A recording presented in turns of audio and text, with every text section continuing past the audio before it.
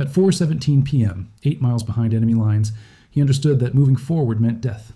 Staying still meant capture, and going back was no longer an option. The shrapnel in his leg had made that decision for him. What he didn't know yet was that the next 40 minutes would depend entirely on convincing trained soldiers that he had already lost. Not that he was hiding, not that he was clever, that he had panicked, made mistakes, and was now too injured and too disoriented to matter. If they believed anything else, he wouldn't make it to nightfall. The year is 1943.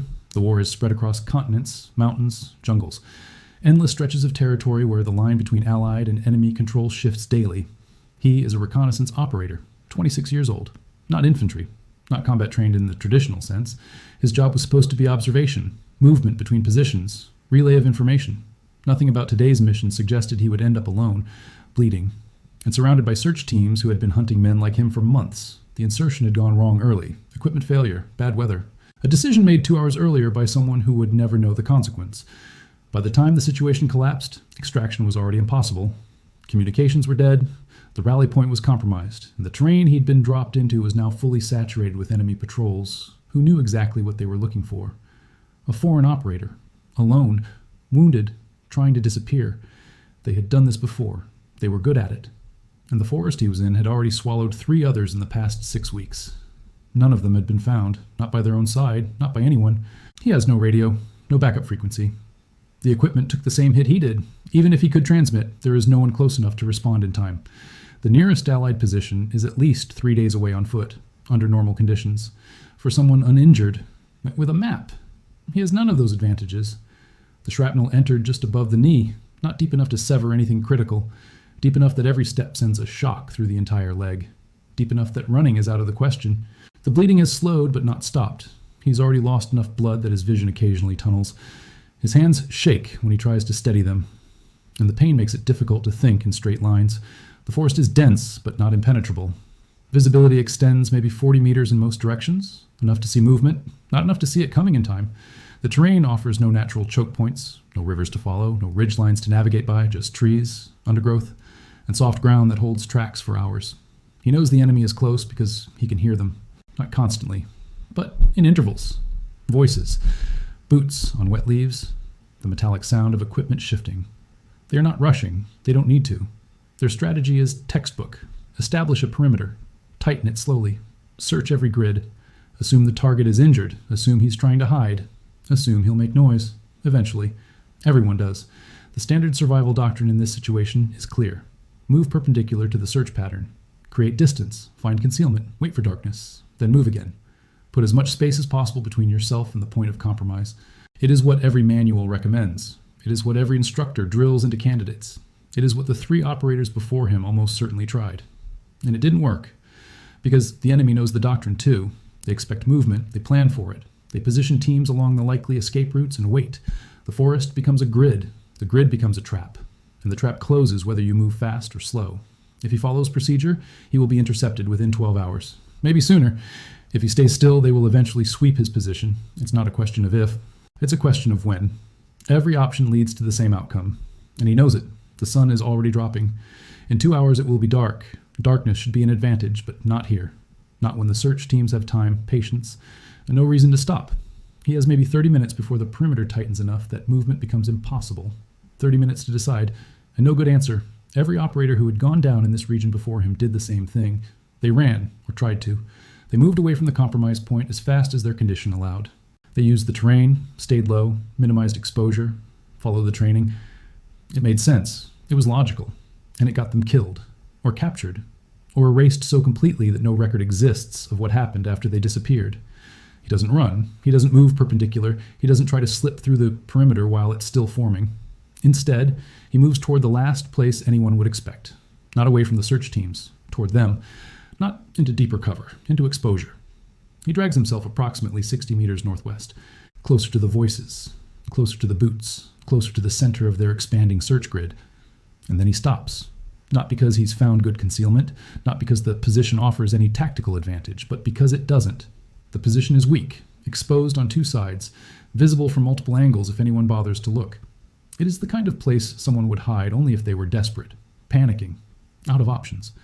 He leans against a fallen tree, lets his injured leg extend awkwardly in front of him, and waits. His rifle is beside him, visible, Not concealed, not staged for a defense, just there, like someone who stopped because they couldn't go any further, like someone who had already given up. Minutes pass, then more. He doesn't move, doesn't adjust position, doesn't try to improve his situation. The pain in his leg is constant now, a deep ache that radiates up through his hip and down to his ankle. He can feel the pulse in the wound. Each beat sends a fresh wave of heat through the tissue. His hands are still shaking, not from fear, from blood loss, from the body trying to compensate for something it can't fix on its own. He listens. The voices are closer now, maybe 30 meters, maybe less.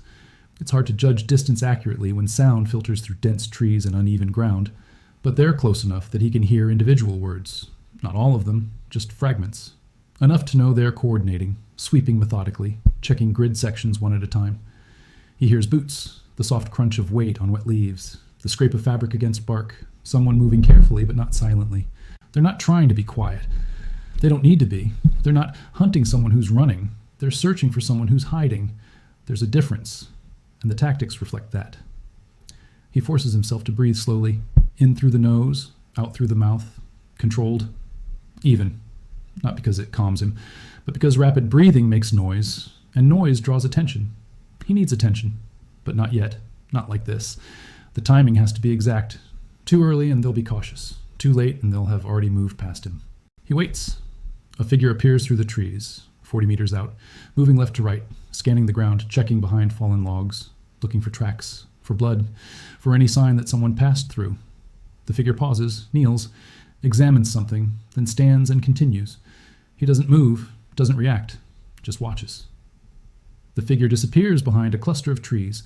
More voices, coming from the opposite direction now. They're closing the circle, not fast, not aggressively, just steady, inevitable. He waits another 3 minutes, then he shifts. Not much, just enough. He lets his boot scrape against a rock. A small sound. Natural. The kind of noise someone makes when they're trying to stay still but can't. When pain or exhaustion forces a movement they didn't plan. He hears the voices stop. Silence, then movement. Faster now, more deliberate. They heard it. He drags his rifle closer, lets the metal scrape against the tree. Another sound, louder this time, less controlled. The kind of mistake someone makes when they're hurt and scared and running out of time. Boots, closer. He can hear at least 2, maybe 3, converging on his position. He tilts his head back against the tree, closes his eyes, and waits. The first figure appears 15 meters away, rifle raised, scanning. The second appears a moment later, off to the right. They don't rush forward. They hold position, watching, waiting for movement. He gives it to them. He shifts again, this time more obviously. His leg drags across the ground. He winces. Not performed. Real. The pain is real. He just lets it show. One of the figures signals. The other moves forward, slowly, covering angles, checking for a trap. There is no trap. Just a wounded man leaning against a tree, bleeding, exhausted, out of options. They see exactly what they expect to see. Someone who ran, someone who tried, someone who failed. The first soldier reaches him, rifle-trained center mass, shouting commands. He doesn't resist, doesn't reach for his weapon, just raises his hands slowly, palms open. The universal signal. I'm done. They move in. One kicks his rifle away, the other checks him for additional weapons. They're efficient, professional, but not afraid. They've done this before. Found men in worse condition, men who fought, men who didn't. It doesn't matter. The outcome is always the same. One of them radios, confirms the capture, requests extraction support. The other binds his hands, not gently, but not with unnecessary force either, just procedure. He doesn't say anything, doesn't plead, doesn't ask questions. He just breathes and waits. They pull him to his feet. His leg buckles immediately. One of them catches him. Curses. They exchange words, a decision. They're not carrying him out, not yet. They'll wait for support. Secure the area first. Make sure he's alone. Standard. They move him 20 meters to a clearer position. Better visibility. Easier to defend if something goes wrong. They sit him down. Back against another tree. One guard stays close. The other moves off to establish a perimeter. Minutes pass. The guard watching him relaxes slightly. Not much. Just enough. The tension eases. The immediate threat is over. Now it's just logistics. Waiting for the extraction team. Processing. Transport. He keeps his head down. Doesn't make eye contact. Doesn't do anything that might register as defiance or threat. He is compliant. Defeated. Exactly what they expect. The second guard returns. More voices in the distance. The extraction team is close, maybe 10 minutes out. The two guards talk. One of them lights a cigarette, The other checks his watch. Routine. He shifts his weight slightly, testing his hands. The binding is tight, but not immobilizing. His fingers still have circulation. His leg is numb now. The adrenaline wore off. The pain is still there, but distant. Background noise. He can feel his pulse in his wrists. Steady. Slower than it should be given the situation. He's not panicking. He never was. The voices get louder. Boots. Multiple sets. The extraction team is arriving. 4 soldiers. Maybe 5. They assess the situation quickly. One of them kneels beside him, checks his leg, says something to the others. A stretcher appears. They're preparing to move him. He doesn't resist, doesn't speak, just lets them work. They lift him onto the stretcher, strap him down, not cruelly, just secure. One of them starts an IV, field medicine, enough to stabilize him for transport. The group begins to move. Slowly, carefully. The terrain doesn't allow for speed. He stares up at the canopy, branches, fading light, the sky turning gray. He counts steps, estimates direction. They're moving southeast, toward a clearing, probably an extraction point, probably where vehicles are waiting, or air support. He waits. The rhythm of movement is steady, predictable. No one is watching him closely anymore. The threat is contained. The mission is complete. Now it's just transport. He flexes his fingers, tests the straps. Subtle, imperceptible, still tight, but not impossible. Not yet, but soon. They're 15 minutes into the movement when it happens. A sound, distant, mechanical, rotor wash, a helicopter coming in low. The team adjusts, picks up pace slightly. They want to reach the LZ before the bird has to loiter. Exposure time, risk. He waits. The clearing appears ahead, open ground, 50 meters across. The helicopter is visible now, descending, kicking up dirt and debris. The team moves into the open, focused on the bird, on spacing, on procedure, and that's when he moves. They had followed doctrine, every step, every decision, by the book. Capture protocol for a wounded foreign operator dictates immediate containment. Establish control, secure weapons, confirm isolation, then extract, fast, before reinforcements arrive, before the situation changes. It's sound logic, and it worked. They found him exactly where someone in his condition should be. Injured, stationary, out of options. They secured him without incident, no resistance, no surprises. Just a textbook capture. What they didn't account for was that he had been following a different book, one that doesn't appear in any manual. The doctrine they followed assumes the target is trying to escape, to evade, to survive by avoiding contact as long as possible. It assumes fear drives decision-making, that injury limits capability, that desperation leads to mistakes. He had counted on that assumption from the beginning, when he moved toward the search teams instead of away, when he positioned himself in weak cover instead of strong, when he made noise instead of staying silent. Every decision was designed to feed their expectations, to confirm what they already believed, that he was hurt, disoriented, acting on instinct rather than strategy. They saw a man who had run until he couldn't run anymore, who had hidden in the first place that offered any concealment, who had given up when cornered. And because that story made sense, they stopped looking for another one. The capture itself had been the objective. Not escape, not evasion. The capture was the entry point. It gave him something he couldn't get any other way. Movement. He couldn't walk 3 days on a shredded leg, couldn't navigate without a map, couldn't evade trained search teams in their own territory. But he didn't need to, because once they captured him, they had to move him. And movement meant proximity to their infrastructure, to vehicles, to supplies, to the one thing he needed most. A way out that didn't depend on his own 2 legs. The binding on his wrists had been tight, but not checked after the initial application. The guards had been professional, but not paranoid. Because why would they be? The threat was contained, injured, cooperative. No reason to expect resistance. During transport, he had tested the straps methodically, slowly, imperceptibly. Not pulling, just flexing, creating micro-movements, stretching the material, finding the tolerance. By the time they reached the clearing, he had enough slack to rotate his wrists 30 degrees. Not enough to slip free, but enough to reach the IV's line. The medic had inserted it into his left forearm. Standard field placement, saline, and probably a coagulant, designed to keep him stable until they reached a facility. But the line also had a secondary function. The tubing was flexible, durable, and long enough to loop. When the helicopter descended, every member of the team turned their attention toward it. Coordinating, communicating over the noise, managing the load. That window lasted 8 seconds. He used 6. His right hand rotated inward. Fingers found the IV tubing, pulled it taut, looped it around the wrist strap, and twisted. The plastic bit into the fabric, leveraged. The strap gave, not completely, but enough. His right hand slipped free. No one noticed. The rotor wash was too loud. The focus was too split. They were lifting the stretcher, moving toward the bird.